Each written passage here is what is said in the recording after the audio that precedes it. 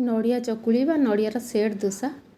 ये बहुत कम टाइम रे बनी थाए आ खाया भी बहुत माने कौलिया लगे आ पाटे दौ दौ मिले जाए देखा बहुत सुंदर आ बहुत टेस्ट भी लगे खाइबा मोर बहुत दिन इच्छा था घरे एमती टिके नड़िया दोसा बनईकरी खाइबी आम घर ब्रेकफास्ट टाइम प्राय टाइम यहाँ बना हुए नड़ियार दोसाटा भाविली यहाँ ही रेसिपीटा आपण सहित सेयार करी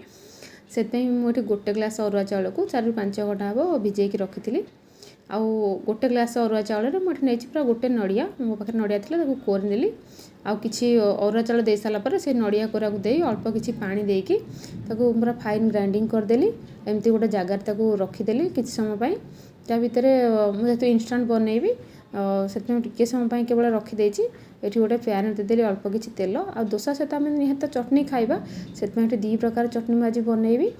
आग देदेली किसी तेल से देदेली अल्प किसी बुट डाली आ किसी बादाम तापर ताको टिके अल्प समय भाजी सारा पर से देदेली किछिटा कंचा लंका आउ अदा आउ देदेली अल्प टिके नाकु तेंतुली आ से सब ठंडा होला पर गोटे ग्राइंडिंग जार देदेली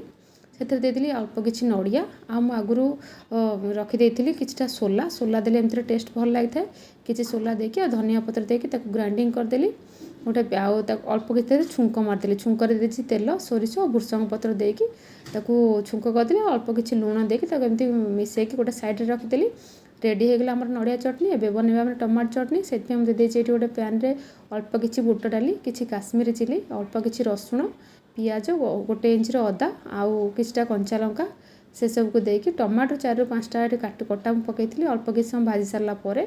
से सब ठंडा हाँ रखीदी ठंडा हो सारा गोटे ग्राइंडिंग जार अल्प किसी धनिया पत्र सहित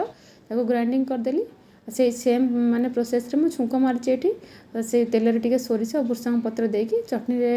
देदेली तो आमर टमाटो चटनी भी रेडी हो गला दोसार बैटर टाइट मु बाटिकी रखी जेहेतु मुझे इंस्टांट बनईली से फर्मेटिंग पे मत टाइम है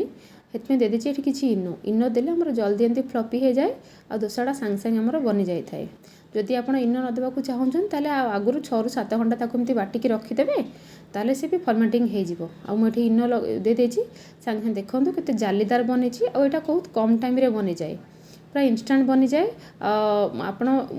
बैटर दे सारिकी पूरा 2 मिनट एमती घोड़ाई रखिदे पूरा सेट हो 2 मिनट पर काटिदेवे तो एमती दोसा रेडी हो जाए बहुत कम टाइम रे बनी थाए खाने बहुत कौलिया लगे बहुत टेस्टी लगे एटा समस्त को भी पसंद आसे यही दोसाटी नड़िया दोसा